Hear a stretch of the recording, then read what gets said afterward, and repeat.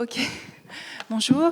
Donc, je suis sociologue au CNRS et donc là, moi, je ne veux pas rentrer dans le 21e siècle. Donc, je vais d'abord vous parler commencer par une recherche qui a été faite par une anthropologue qui s'appelle Anne-Marie Vimino et qui a travaillé sur des yourtes, la vie en yourte de bergers au Kazakhstan en 1993-1994. Et qui montre comment dans les steppes, les bergers et bergères se rendent du printemps à l'automne pour les transhumances, ils se trouvent et habitent à plusieurs kilomètres les uns des autres, et elle explique que la yourte devient alors la mesure du monde. Puisqu'ils se retrouvent distants les uns des autres pendant ce temps de transhumance. Et dans son enquête, elle fait une description très précise de la yourte kazakh, et elle ne fait pas du tout mention de mètres carrés de yourte, de têtes de troupeau, de pièces échangées, de quantité de laine tondue. En fait, elle montre que la mesure s'éprouve dans l'agencement des places de chacun et chacune autour du foyer, avec une signification très forte du mobilier, avec un système d'orientation cardinale est-ouest, nord-sud, qui est extrêmement important, et toutes les circulations dans la yourte sont extrêmement ordonnées. Puisqu'il s'agit de maintenir un lien de la terre au ciel et écarter les djinns, donc les mauvais sorts. Et donc, une question se pose, quand j'ai lu ce livre extraordinaire, c'est est-ce que les bergers et bergères des steppes comptent aussi de leurs mains ou pas. Et en fait, l'anthropologue a pris un parti pris extrêmement important d'évaluation symbolique du monde vécu, comme si tous les autres ordres de grandeur chiffrés étaient négligeables, et voire même sans lien avec l'ordre symbolique. Et du coup, quand on veut travailler sur les économies, enfin les alternatives écologiques, ce qui est mon cas, ça fait 10 ans que je travaille sur les alternatives écologiques en zone rurale, qui m'ont mené aux quatre coins de la France jusqu'à Notre-Dame-des-Landes. Dans l'idée d'étudier la viabilité en fait de ce mode de vie et ses conditions de possibilité. Et donc, du point de vue ethnographique, puisque je suis ethnographe, c'est comment est-ce qu'on décrit ces mondes. Il y a des stratégies en fait de description. Est-ce qu'il faut mettre l'accent politiquement et scientifiquement sur tout ce qui permet de défier l'ordre marchand et comptable, en montrant comment les militants et les gens qui vivent de peu se réfèrent à l'incommensurabilité de la nature, des dons, du prix libre, avec des mises en commun, ou au contraire, est-ce qu'on essaie de montrer comment ils négocient et vivent en interaction avec un monde où tout est mesurable ? En fait, si on se situe du point de vue historique, je suis partie du principe qu'il n'y avait pas d'en dehors du capitalisme et de l'industrie, et que du coup, je me retrouvais, c'était de toute manière ce que j'observais, on était déjà face à une sorte de déjà-là hégémonique, et qu'évidemment, tout l'enjeu était de s'en défaire, mais qu'il n'y avait pas d'autarcie. Et finalement, pour reprendre le titre d'un ouvrage sociologique sur les années 70 et les communautés intentionnelles, son titre est très beau, ça s'appelle « Au fond de la forêt, l'État ». Et effectivement, d'ailleurs, moi je suis allée au fond de la forêt, et puis en 2012, il se trouve qu'il y avait des policiers à Notre-Dame-des-Landes. Donc, s'abstraire du temps de la montre, de l'argent liquide et d'un compte en banque, du nombre de kilomètres au compteur de sa voiture, c'est possible, mais c'est héroïque en fait. Ça implique une composition. Et du coup, du point de vue de l'enquête, mais aussi du point de vue politique, ça oblige à questionner le déplacement. En fait, puisque toute notre quotidienneté est déjà séquencée par une mise en série, par des chiffrages en argent, en minutes, en kilomètres, en kilowatts, en degrés, est-ce que, du coup, ces unités de mesure ont la même signification pour tout le monde ? Et du chiffrage, on passe à une autre question, qui est celle de l'évaluation. Et donc, justement, c'est le titre de ces 2 journées. Qu'est-ce qui compte ? Qu'est-ce qui compte quand on se trouve obligé de compter ? Et comment compter de sorte que ce qu'on compte soit traduit d'une manière qui ne soit pas dénaturé. Parce que tout le monde sait qu'il y a des heures qui comptent double et que pour les uns, un sou est un sou, pour d'autres, l'argent file, etc. Donc la question même de l'économie se dissout, se déplace, puisque évidemment, ça part du principe que ces évaluations sont relatives à la manière dont on vit dans différentes sphères, et que même la séparation avec d'un côté une sphère privée, publique, économico-professionnelle n'a guère de sens, puisqu'en fait, l'expérience ordinaire des gens se fonde sur le chevauchement perpétuel de ces sphères. Il n'y a pas donc... du coup, si je vous présente quelque chose qui peut paraître comptable, il y a l'idée que nulle sphère n'est comptable, strictement comptable et économiciste. Et il n'y a pas de l'autre côté, il n'y a aucune sphère pure détachée de la matérialité des échanges comptés. Voilà. Et donc, en fait, l'un des paris qu'on va essayer de tenir, mais je ne sais pas comment on va faire en peu de temps, parce que moi, j'en ai écrit 1000 pages, en fait, pour essayer d'épuiser la chose. Et puis là, il y a des thèses qui s'avancent de chaque côté, là, qui vont être très longues aussi. Donc là, on a 45 minutes, c'est pas beaucoup, mais on va faire ce qu'on peut en vous en faisant un défilé d'images qui vont vous donner une idée. Alors déjà, il n'empêche que c'est problématique. C'est problématique malgré tout, de faire des opérations comptables dans des mondes qui les refusent. C'est une controverse, et donc je vais peut-être pas développer, mais en fait qui court depuis Marx, qui montre que l'argent est devenu une fin en soi, conduit à une abstraction, une dépersonnalisation, etc., jusqu'à André Gortz aussi, qui critique en fait le passage notamment à la rationalisation économique agricole, en idéalisant du reste l'économie agricole vivrière, qui elle se passerait de compter. Ça va même jusqu'au primitivisme, anarchiste primitiviste, John Zerzan, qui va lui considérer que la fin en fait de la société comment dire non comptable commence avec l'écriture, c'est-à-dire qu'à partir du moment où on écrit, on rentre dans une civilisation comptable, et donc là ça nous fait remonter encore plus loin. Donc moi je vais pas aller si loin, mais je voudrais justement vous montrer d'autres formes qui ne sont pas du tout exclusives des bilans terribles sur des formes de comptabilité ou des formes de commensuration qui peuvent être tout à fait partie prenante de la financiarisation de notre existence, mais qui ont une optique que Emmanuel Didier a qualifiée de statactiviste, c'est-à-dire qu'on lutte avec le chiffre contre le chiffre. Voilà. Je résume un peu, mais c'est à peu près ça. Et donc, c'est l'idée que la commensuration, c'est une opération vieille comme le langage, comme le monde, comme la poésie, et qu'on ne va pas abandonner cette aptitude humaine, en fait, à nos ennemis capitalistes. Voilà. Donc, à partir de là, je voudrais justement vous transporter à une tentative stat-activiste avant l'heure qui s'est faite à partir de 1848 par un groupe d'ingénieurs et d'agronomes, donc du 19e siècle, qui ont évolué autour de cercles saint-simoniens, donc pré-socialistes, et qui partent en guerre intellectuelle contre Smith, Adam Smith, qui est donc le fameux père de l'économie politique, et qui va donc compter la richesse des nations en argent, avec son fameux livre de la richesse des nations.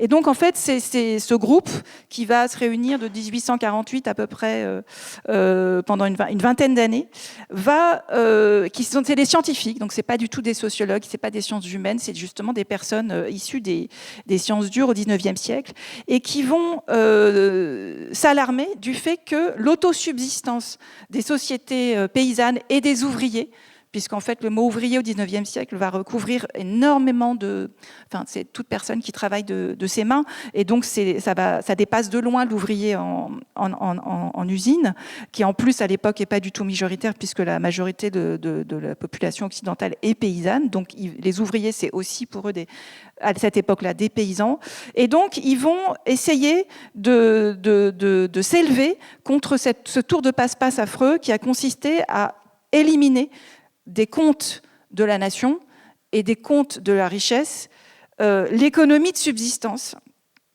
qui permet de bénéficier de ressources en nature. Et donc, ils vont essayer d'évaluer, en fait, cette économie de subsistance. Et ils vont partir de la Chine à des pasteurs semi-nomades de l'Oural jusque dans le désert. Ils vont voir des ouvriers anglais, des ouvriers dans toute l'Europe, en adoptant le même protocole d'enquête pour tout le monde. Et ils vont arriver à cette chose complètement iconoclaste, c'est que des nomades dans le désert vivent mieux que des ouvriers anglais, parce qu'ils ont fait le compte de toutes les ressources en nature dont disposaient les nomades et dont ne disposait pas l'ouvrier anglais enfermé dans les quartiers misérables de Londres.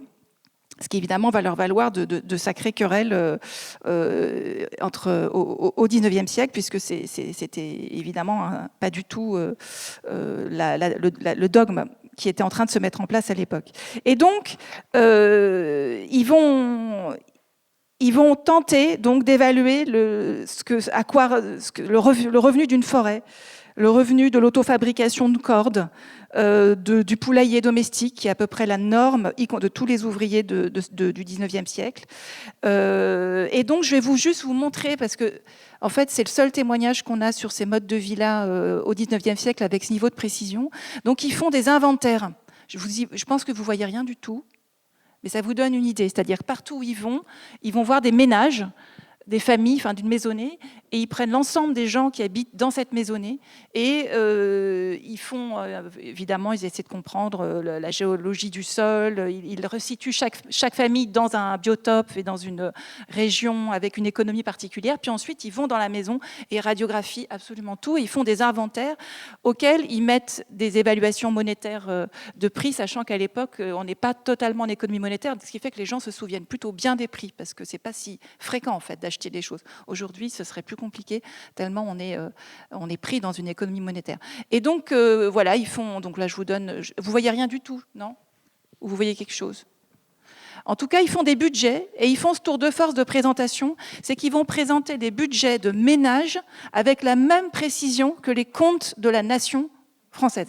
C'est une sorte de parti pris éditorial, c'est le plus gros et énorme livre de sciences sociales qui est publié, parce qu'il est aussi grand que la table, en fait. Il est en partie double, et ils ont fait exprès, donc c'est un livre qu'on trouve quasiment plus nulle part, enfin qui est très rare à trouver, pour montrer comment un ménage, c'est aussi digne que les comptes de la nation. Et donc ça, voilà. Donc du coup, ça logiquement c'est en tout petit, mais il faut vous dire que ça occupe. C'est vraiment, ouais, c'est exactement la table quand le livre est ouvert. Donc maintenant vous avez ça sur Gallica en accès libre et en tout petit, mais vous pouvez agrandir. Et donc ils font des comptes. Donc je vous montre, c'est assez étourdissant. Et ils font des comptes assez impressionnants en fonction des inventaires de chaque membre de la famille. Donc c'est aussi une façon de connaître le travail des femmes. Et ils comptent en argent, en équivalent monétaire, et ils comptent en jours de travail aussi. Donc voilà, c'est une source assez extraordinaire et d'une précision dingue. Ils y sont allés au scalpel. Donc je vous montre tout ça, les légumes, les fruits, la consommation. L'INSEE n'existait pas encore et il le faisait déjà. Alors moi, il se trouve que...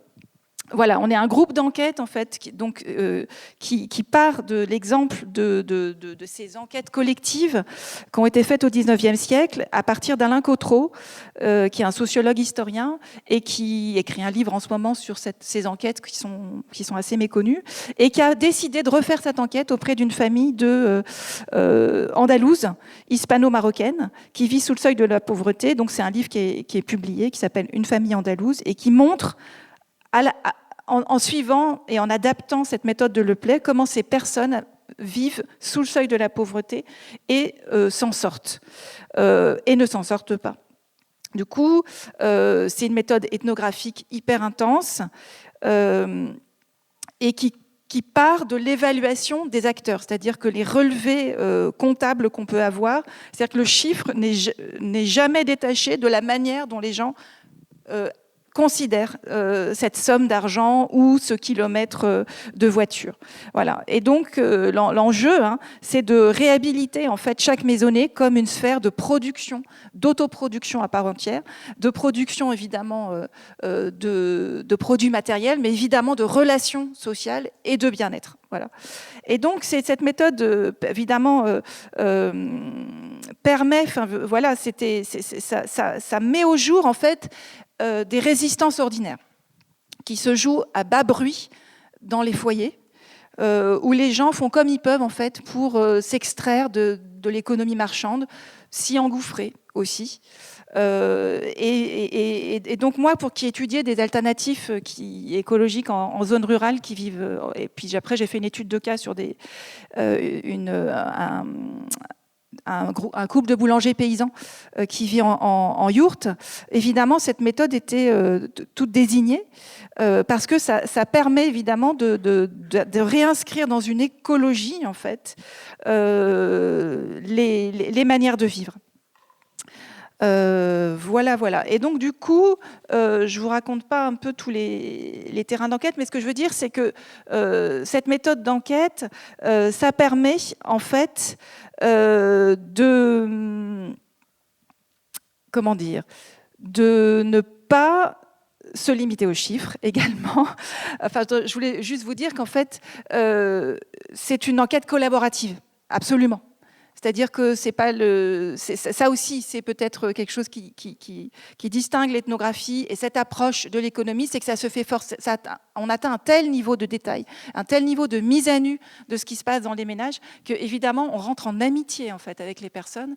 Quand on rentre, on s'installe dans une maisonnée et qu'on nous explique tout ce mode de fonctionnement, on est vraiment dans un aller-retour permanent, et donc c'est aussi une manière de détrôner en fait le pouvoir de l'activité scientifique d'objectivation pour aboutir à quelque chose qui conduise à qu'est-ce qu'on a envie de décrire de notre monde pour le rendre traduisible et lisible aux autres. Et donc en fait ce que je vais vous montrer là, c'est une entreprise conjointe de Laurent et Marie, qui sont les boulangers paysans avec qui j'ai fait cette enquête, et de moi-même, mais aussi de toutes les personnes avec qui je travaille en ethnocomptabilité, pour rendre traduisible de façon graphique et assez rapide à des néophytes qui n'ont même pas idée de ce que c'est que la vie en yourte, ou de ce que c'est que de vivre avec 2 vaches domestiques et de faire la traite tous les jours, de le rendre palpable et sans idéalisation, sans enchantement. Et donc c'est aussi l'une des vertus de ces tableaux un peu froids, parce qu'en fait ça permet aussi de montrer des formes d'errance, aussi étranges que ça puisse paraître. Voilà. Donc en fait, en gros, moi j'ai travaillé. Donc maintenant, je vais rentrer dans le détail pour essayer de vous montrer cette forme d'écosystème et comment est-ce qu'on peut rendre compte de la manière dont les gens comptent. Donc déjà, je vous donne. Là, je vous voyais à peu près. Donc moi, je suis allée sur les 4 coins de la France et j'ai vu un petit site qui était pas très connu, d'alternatifs qui vivent pas du tout comme à notre, qui se définissent, ce que j'ai appelé alternatif, mais c'est pas du tout comme ça qui se qualifierait. Mais en fait, c'est le terme le plus consensuel que j'ai pu trouver tout au long de mes enquêtes. Du coup, je vais simplifier en les appelant de cette manière-là, mais disons que Laurent et Marie se définissent par exemple plutôt comme des paysans et des locavores, puisqu'ils essaient de réduire tout sur. Et donc moi, c'est ce petit machin bleu que j'ai sur cette petite parcelle-là, là, le bleu, qui m'a intéressée. Mais il se trouve que j'ai rencontré toutes les choses, toutes les autres personnes là que vous voyez indiquées en vert et puis en jaune. C'est en fait, l'idée, c'était de montrer dans un bocage comment un phénomène assez particulier et qui était moins mis en évidence, qui était comment est-ce qu'on forme un réseau parallèle dans le monde conventionnel, parce que là, vous avez des petites parcelles de bocage, mais c'est quand même pas du tout du bio autour. C'est un monde très intriqué à une vie tout à fait ordinaire dans un petit endroit assez touristique, très éloigné de la capitale. Et donc, du coup, comme vous le voyez, les parcelles sont pas du tout contiguës, même s'ils réussissent à habiter quand même pas si loin les uns des autres. Et donc, évidemment, il faut prendre la voiture pour aller d'un point à un autre. Et donc, juste pour vous donner un ordre d'idée, en passant des semaines là-bas, il m'a été possible, en fait, de tellement, en voiture, passer d'une parcelle à l'autre que j'avais pas idée de tout ce qu'il y avait autour. C'est-à-dire qu'il y avait des tas de trajets. Donc, c'est vraiment un monde parallèle, quoique complètement intriqué au monde conventionnel, puisqu'ils habitent tous dans des yourtes, des cabanes, des maisons en dur qui sont en train de retaper, et donc qui ne sont pas visibles des chemins et des routes. Et donc, après, l'idée, c'était de comprendre cet écosystème relationnel qui permet d'avoir un marché parallèle, mais plus qu'un marché, une vie entière, en fait, à côté du monde conventionnel. Et ensuite, de comprendre comment la yourte elle-même, enfin, autour de la yourte, on vivait. Et donc, en fait, mon idée... Alors ça, je vous montre un schéma que j'ai mis, je sais pas, peut-être 4 ans à faire. Ça paraît pas, mais ouais. Donc ça, c'est-à-dire que j'ai compris ça qu'au bout, là c'est que la yourte et les hectares autour de la yourte. Mais j'ai mis 3-4 ans d'enquête à comprendre toutes les interrelations qu'il y avait sur quelques hectares, juste. Voilà. Et donc, l'idée, c'était comment est-ce que Laurent et Marie, qui vivent dans une yourte de 30 mètres carrés, sans électricité ni eau courante, peuvent estimer bien vivre avec 1 400 € par mois pour 3, allocation familiale comprise, et impôt déduit. Elle est Marie est auto-entrepreneuse en boulangerie et paye des impôts. Laurent n'a pas le bac, Marie a un DUG. Ils ont toujours vécu à la campagne et leurs parents n'habitent pas loin. Donc, c'est pas du tout des néo-ruraux qui habiteraient, c'est des parents qui habitent à une dizaine de kilomètres. Ils possèdent 2 vaches, 2 chèvres, 4 brebis, un poulailler, avec un nombre de poules que je n'ai pas réussi à quantifier tellement il y en a, 12 ruches, un potager qui leur permet d'être autonomes 10 mois sur 12, et leur principale ressource financière provient d'une fournée de pain hebdomadaire en hiver, bi-hebdomadaire en été, qu'ils pétrissent à la main, cuisent au feu de bois et vendent eux-mêmes au marché directement. Ressource à laquelle s'ajoute la vente des excédents de la ferme qui leur apporte donc en tout à peu près 1 400 € par mois. Alors pareil, ce chiffre de 1 400 € par mois, c'est 2 ans d'enquête pour moi avant de trouver combien au final ça leur faisait, parce qu'ils ne tiennent pas de compte. Et donc justement, c'est là que je voudrais en venir, c'est que se poser toutes ces questions qui sont donc là des résultats, c'est aussi vous faire prendre conscience que, je voudrais là faire un petit excursus du côté de comment que l'ethnocomptabilité, c'est aussi essayer de comprendre comment les gens comptent, justement. Et donc, comment est-ce qu'ils intègrent le paradigme dominant de la mise en chiffres.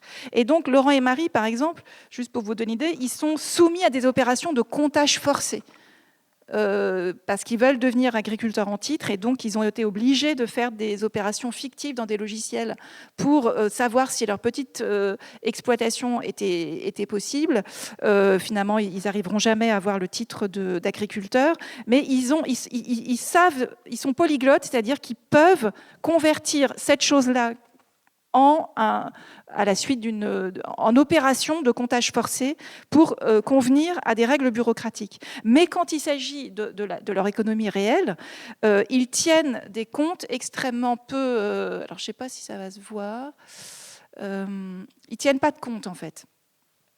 Et j'ai juste un petit carnet comme ça, extrêmement peu. Là, c'est d'un côté pour les œufs et de l'autre côté, les œufs, le miel, et de l'autre côté, la boulangerie. Et donc, en fait, ils comptent assez peu précisément et à la louche. Donc, en fait, on a travaillé ensemble pour essayer de voir comment, mois après mois, année après année, ce qu'il y a dans ces petits carnets et ce que moi j'ai pu observer en temps réel en regardant la vente des marchés, on arrivait à traduire. Mais donc, en tout cas, ce qui est très très intéressant, c'est que je ne leur ai rien appris. On est bien d'accord, c'est-à-dire qu'ils savent très bien que ça marche, ce qu'ils font.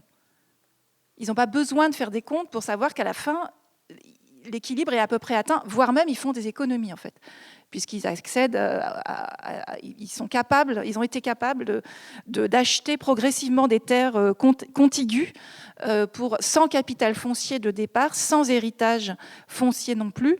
Et petit à petit, ils économisent même sur ces 1 400 € à 3 par mois pour pouvoir acheter d'autres terres. Donc, ils savent que ça marche, c'est pas le problème. La question, c'est de comprendre comment ils y arrivent et comment est-ce qu'on peut le rendre perceptible. C'est exactement ce que je vous disais. Alors, du coup, je vais peut-être revenir à un peu l'explication de ce dernier résultat d'enquête en venant à ce fameux schéma là. Est-ce que vous voyez quelque chose ou pas du tout? Oui ou non? Ah, rien. Ah bah c'est vraiment... D'accord.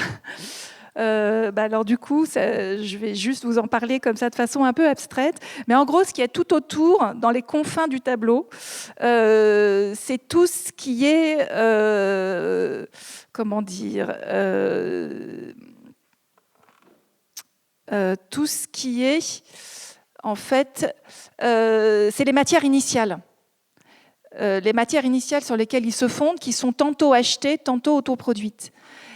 Et puis au milieu, ce qui est en gris, c'est les opérations de transformation qu'ils font eux-mêmes. Et puis, ce qui est en gris clair, c'est l'autoconsommation finale et ce qu'ils vont finalement mettre dans leur estomac ou dans celui de leur bête. Et les flèches que vous voyez, les grosses flèches qui sortent des cercles, c'est ce qu'ils vont vendre. Et donc, c'est la première chose qu'on peut voir, c'est qu'ils ne vendent pas grand-chose, en fait. Le maximum des flèches qu'on voit, c'est des flèches de ce qu'ils ne vendent pas, mais c'est-à-dire de ce qu'ils réussissent à faire rentrer de façon circulaire dans tout leur dispositif des moutons qui font de la laine, qui permettent de réparer la yourte, qui eux-mêmes vont paître sur les talus qui font que ça évite de passer la tondeuse et ça les entretient, qui vont manger des pommes divergées qui alimentent le miel, etc. Bref, ils ont essayé année après année d'introduire des nouveaux éléments dans leur dispositif paysan pour qu'il y ait le maximum d'interactions intérieures, en fait, plutôt que extérieure. Et donc, du coup, ça paraît pas évident comme ça à première vue, mais en fait, pour que tout ce dispositif fonctionne sur plusieurs hectares, ça implique qu'ils se définissent comme des babas speed, en fait. C'est pas du tout des babas cool, parce qu'en fait, ils sont obligés de marcher en permanence d'un point à l'autre de leur dans leur petite parcelle, même si c'est à pied, pour, par la marche, des coups d'œil, aller vérifier que l'ensemble de cet écosystème fonctionne. Et donc là, ce que je vous montre, c'est quelque chose à la fois hyper réduit, mais hyper triste. Hyper triste, parce qu'ils sont que deux, en fait, à s'occuper de tout ça. Et donc, on est face à un moment au XXe siècle et au XXIe siècle d'exceptionnalité historique qui fait qu'il y a des groupes humains qui essaient de reconstituer des écosystèmes paysans en étant une poignée de cerises. Et en fait, on est extrêmement peu pour arriver à faire fonctionner des formes d'autosubsistance. Et c'est un peu le calvaire de Laurent et Marie qui doivent à deux faire ce que des économies paysannes faisaient avec une dizaine d'enfants, une quarantaine de parentèles à côté, et qui faisait qu'ils étaient en fait plusieurs à veiller sur des écosystèmes contigus et intriqués. Quand on lit des ouvrages sur le monde paysan, on voit tous qu'ils ont une parcelle ici et là, et en fait, ils veillent en permanence sur les parcelles les uns des autres. On décrit toujours la paysannerie comme un lieu de conflit hyperclanique. Ça, encore une fois, c'est une vue de l'esprit complètement désorientée par le capitalisme. Et donc là, eux, ils sont dans une situation d'extrême, d'obligation, en fait, de n'être que deux adultes à faire fonctionner tout ça. Alors, je vous l'avais dit, ils ne sont pas deux, ils sont tous ça. Ils sont une cinquantaine, en fait. Mais, comme vous voyez, on habite trop loin, ils habitent trop loin les uns des autres. Et y compris à la ZAD, qui est sur 2000 hectares, par exemple, qui essaie de rapprocher toute cette... qui tente, comme sur le plateau du Larzac, avec des terres contiguës, de créer des intrications, des interactions entre paysans. Là, c'est extrêmement compliqué dans le monde conventionnel, où évidemment, la haute lutte, c'est d'obtenir des terres d'un même tenant et contigu, puisque c'est la manière d'économiser des trajets. Donc, comment faire quand on est en situation minoritaire à tous égards et qu'on doit lutter, en fait, pour maintenir ce type de relations écosystémiques Et donc, c'est dans ce contexte historique-là que la permaculture se comprend, en fait. La permaculture, c'est vraiment l'art de faire beaucoup sur peu de place, avec très peu de gens, et en maximisant évidemment les relations, les interrelations écosystémiques entre les humains et les non-humains. Et donc eux, ils se disent pas forcément permaculteurs, mais ils sont évidemment dans une démarche permacole. Mais ce que je veux dire, c'est que l'agroécologie, ça naît vraiment à un moment donné de changement radical dans la structuration des familles et de l'économie paysanne, qui consiste à juste être trop peu nombreux et voire même de se resserrer sur des formes très réduites. Même un collectif alternatif d'une dizaine de personnes, ça n'a juste strictement rien à voir avec les 2000 personnes d'un village qui savaient s'auto-organiser. Donc, c'est juste pour dire que Laurent et Marie ont conscience de ce passage terrible, ce changement d'époque. Et donc, c'est la raison pour laquelle ils sont babas speed. Et donc, je vais peut-être, je ne sais pas combien de temps il me reste. Et donc, je voulais vous montrer justement, peut-être pour être un peu triste encore, mais c'est peut-être parce que l'humeur est triste. C'est vous dire qu'en fait, justement, ils sont tellement speed que Laurent, il a eu un accident qui s'est grave et que pendant 1 an, il n'a pas pu bouger. Et que donc, parce que c'était une des questions récurrentes de mes collègues en disant c'est sympa ce que tu décris, mais en fait, s'il y a un accident, si jamais il y en a un, il se sépare, c'est la catastrophe. Donc ça ne tient pas, tes alternatives. De toute manière, c'est soumis en permanence aux aléas de l'existence, etc., etc. Et donc, il se trouve qu'en cours d'enquête, Laurent a été immobilisé 1 an et donc n'a pas pu mettre le pied au sol. Et donc, il a fallu tenir tout ça toute seule, plus les copains autour. Et donc, c'est là que, du coup, il restait ça. C'est ça que je voulais vous montrer. C'est quelque chose que je ne vais pas montrer parce que je vais le publier tout ça. Je ne suis pas sûre de l'éditer parce que c'est extrêmement triste pour les personnes, enfin Laurent et Marie, puisque c'est leur vie, c'est un pied mort, enfin c'est tout, c'est quand même Mais ce que je veux dire, c'est que ce qui est assez extraordinaire, ce qui ne se voit pas, c'est qu'il reste ça quand même. Et donc j'en viens peut-être là à vous parler de l'habitat léger, puisque vous êtes en études d'architecture et que évidemment je me suis énormément focalisée sur la question de l'habitat léger. C'est que l'enjeu, c'était de montrer comment se développe une économie, un mode de vie léger, avec un habitat léger qui permet le déploiement et le repli, en fait. Et c'est exactement la démonstration qui a été faite en cours d'enquête et d'une façon extrêmement belle, puisque tout le groupe de copains en fait s'est mis en... Enfin, c'était chantier participatif tous les week-ends pour tenir tout ça, redistribution, redon des dons d'une partie des vaches, des poules, enfin, etc. Mais en même temps, ils ont tenu bon. Et il reste malgré tout tout ça. Et je ne vous parle pas de la suite. Tout ça pour dire qu'en fait, on est face à une lutte feutrée dans un bocage très distinct d'une lutte frontale qui peut se passer dans un autre bocage que j'ai pu arpenter, qui est celui de Notre-Dame-des-Landes, qui en est également soumis à des vicissitudes gigantesques, hein, parce que là, dans ce cas-là, il n'y a pas un réseau international militant qui va venir aider ce type de petites exploitations complètement obscures et qui est connu que des alternatives locales. Mais il y a un groupe local hyper dense qui permet que ça résiste. Et donc, en fait, là, je voulais vous montrer des formes de résistance de vie atypique, mais ordinaire, et qui font que cette histoire-là, je l'ai vue se rédupliquer à de nombreuses fois. C'est-à-dire qu'en fait, l'accident, la séparation conjugale, par exemple, la fâcherie, avec des gens super importants dans un réseau alternatif, qui est quand même la base même des relations humaines. On est tous en conflit perpétuel, permet à ce type de lieu de vivre, de continuer à vivre. Parce que précisément, ils sont inscrits dans des structures extrêmement légères, en fait, de plis et de replis. Donc là, vous ne voyez pas non plus, mais je vous montrer la conquête de terre. Là, j'ai essayé de vous... Donc là, c'est la yourte, la toute petite phytoépuration et l'intérieur de la yourte. Et là, je voulais vous montrer le... Alors, vous ne voyez rien du tout, je pense. Ah, vraiment rien. C'est un type de tableau qu'on peut faire en ethnocomptabilité sur l'inventaire de la yourte et de tous les bâtiments autour de la yourte et du mobilier à l'intérieur, etc. Et puis les évaluations, l'autoconstruction, et puis une comparaison s'ils avaient acheté une maison en dur, en neuf, s'ils avaient tout acheté au Bon Coin, etc. Il y a des comparaisons possibles que je faisais. Donc, je voudrais pas, je vais pas pouvoir développer ça, mais ce que je veux dire, c'est que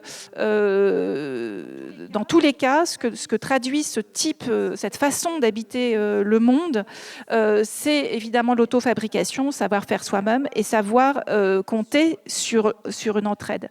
Donc, j'en viens maintenant à des éléments très généraux avant de conclure, qui est déjà une première chose contre-intuitive, c'est que dans ce monde des alternatives, l'accès à la propriété est devenu un mode de lutte.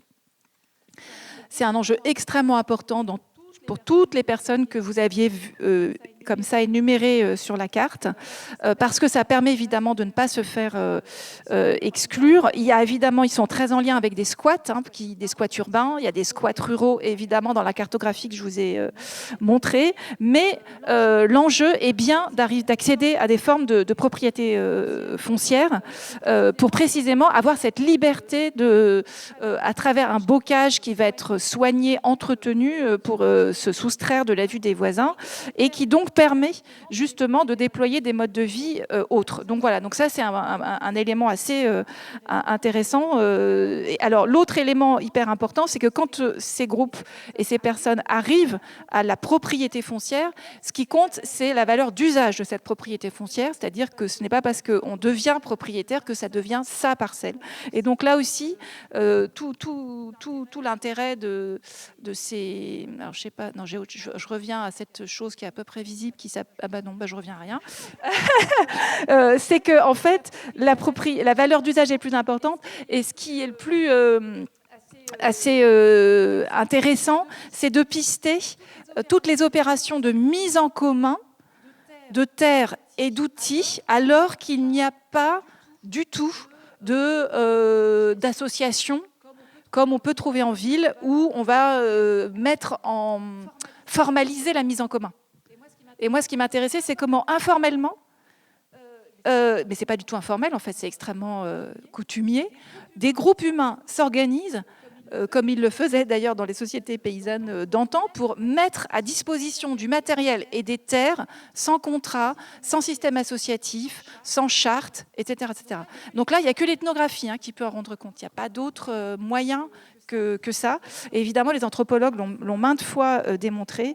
Et donc là, c'est exactement ce qui s'est passé. Et donc, notamment, une règle extrêmement importante qui a été mise en évidence par cette enquête sur les procédures de mise en commun, c'est que un objet, en fait, il y a une règle non écrite, mais en gros, il y a pour principe, parmi tous ces alternatifs, c'est qu'un objet non utilisé est un objet non alternatif. Ce qui compte, ce n'est pas la propriété de l'objet, mais c'est problématique si il n'est pas en usage. Et donc, le but, ce n'est pas de le prêter à tout le monde, mais c'est de considérer que si quelqu'un le souhaite en prêt, il peut l'obtenir. Je ne sais pas comment vous dire. Donc, du coup, la question n'est pas de mettre... Donc, ce n'est pas une mise en commun, c'est une mise à disposition, qui est un petit peu différente parce que ça implique quand même un retour. L'autre chose extrêmement importante de ce monde, qui est apparu très saillant, mais ça je l'avais déjà vu sur plein d'autres terrains d'enquête, c'est qu'on n'est pas du tout dans le don et le contre-don. Ça, c'est absolument pas comme ça que ça se passe. C'est que c'est A qui donne à B, qui donne à C, et qui ne rendra jamais à A, et qui ne rendra jamais à B.